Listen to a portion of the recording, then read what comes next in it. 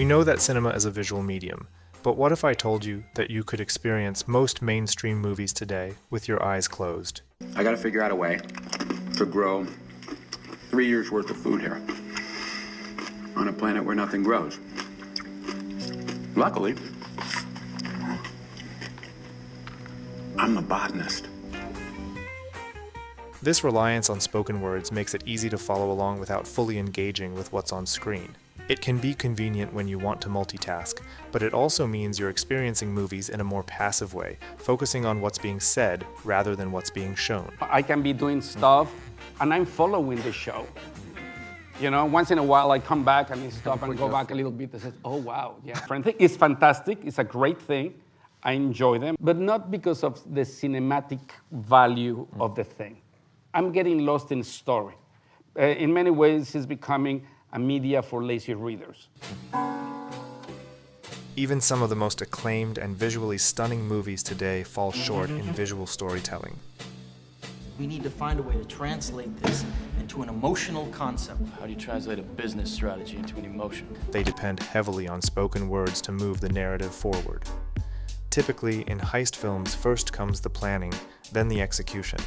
Usually, there's an extensive setup where characters detail their strategies. This might be delivered through expository dialogue. The elevator won't move without authorized fingerprint identification, which we can't fake.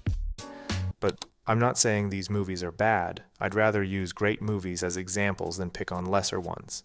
You see, you cannot be satisfied just photographing a person speaking. That's only an extension of the theater, which most films are today. Let's consider a different way to show a heist planning scene that delivers exposition without losing the cinematic feel.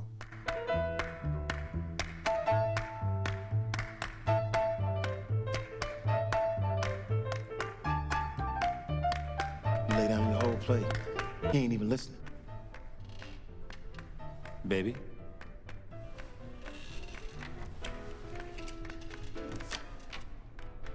Target is an armored truck at Perimeter Trust in Dunwoody, 10 a.m. sharp. We have the details. Of course, this isn't entirely fair to Inception, since it's a complex, high-concept film with totally different tone. But you get the point. There are high-concept movies that do exposition really well, but that's a topic for another time. But wait, let's pause again. So, we know that the golden rule of cinema is using visuals to tell the story. But why? Why does cinema put such a strong emphasis on visuals? In the early days of film, sound wasn't an option, so filmmakers had to rely entirely on what could be seen. This limitation pushed them to get creative with visuals, leading to a cinematic language rich in imagery and symbolism. They used title cards to provide essential dialogue or narration, but sparingly, so the audience wouldn't get bored and lose interest. This approach made it possible for people all over the world to understand the stories, regardless of language barriers. Even after films began to include sound, the strong tradition of telling stories visually continued. This is why cinema, at its core, is all about showing rather than telling. Now, let's take a look at visual storytelling in action. Great visual cinema, in my view, invites us to actively participate in the storytelling. A subtle detail can be introduced,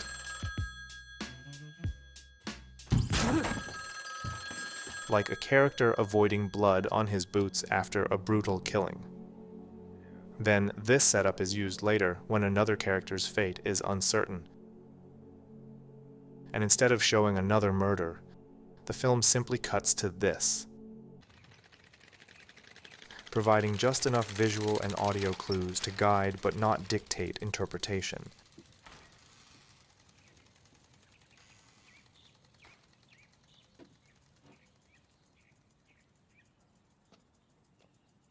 In the opening black and white teaser of Better Call Saul, Gene watches his own Saul Goodman commercial, and the only hint of color comes from its reflection in his glasses.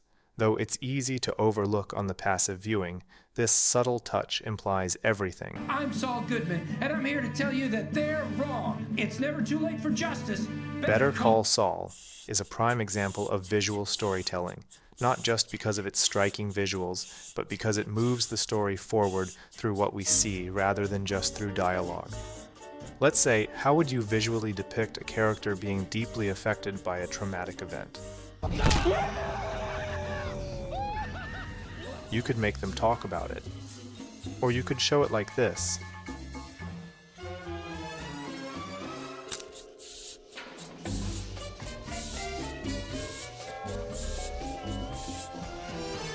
Now, when it comes to heist sequences, Better Call Saul takes a completely different route. Smash and grab job, huh? Slightly more complicated than that.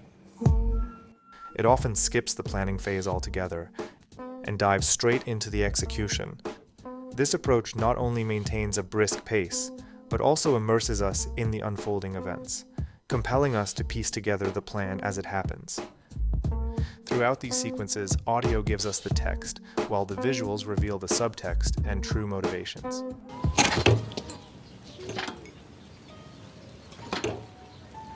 The show often uses lengthy process scenes of characters doing something weird and seemingly absurd, preparing for a significant event that we are not yet aware of, only to reveal their motivation later in the story. I know that's true, and Jesus. This is cinema that rewards active viewing, that invites the audience to participate in the storytelling process, as they seek to unravel the underlying motivations. What's he up to, man? What's he doing? Creating a satisfying aha moment for the audience. This technique of delayed motivation isn't anything new for cinema. Jeezy was there all night. But Better Call Saul does it really masterfully, adding to the visual storytelling.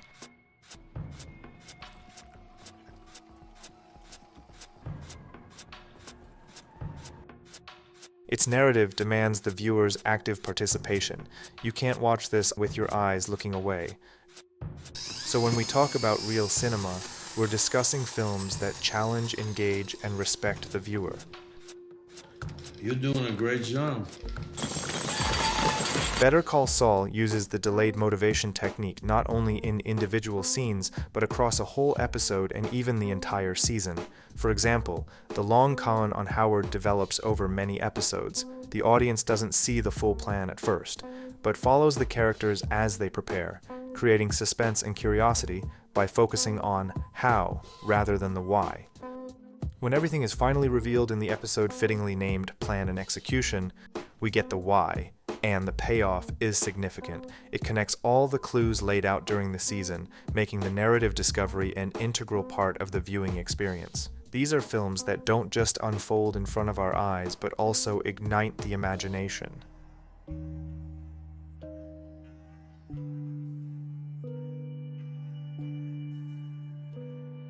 This kind of cinema contrasts with the many contemporary films that resemble radio plays with visuals, offering a richer, more immersive experience. In David Fincher's The Killer, delayed motivation is also used frequently, but there's one standout.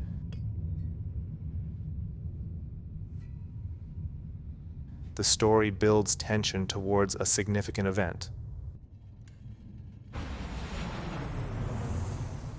But then, in a twist, it doesn't happen. This approach is a kind of self-aware delayed motivation, where the expected outcome is deliberately left unfulfilled, cleverly playing with the audience's expectations. Speaking of Fincher, movies with a lot of dialogue can still be captivating when directed by someone with a strong sense of visual storytelling. In The Social Network, he takes a script filled with dialogue and turns it into a visually engaging film. This demonstrates that even dialogue-heavy films can be exciting and engaging when the visuals are crafted with care. So, what can we take away from all this? Cinema, at its best, speaks through images, encouraging us to discover deeper meanings. Visual storytelling turns us into active viewers, noticing details and engaging more deeply.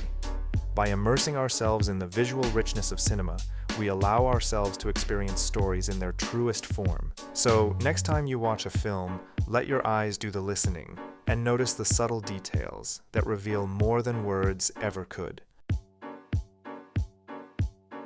Thanks for watching. Let me know what you think in the comments section.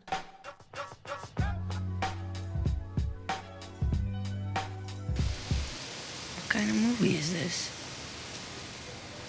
Nothing happens.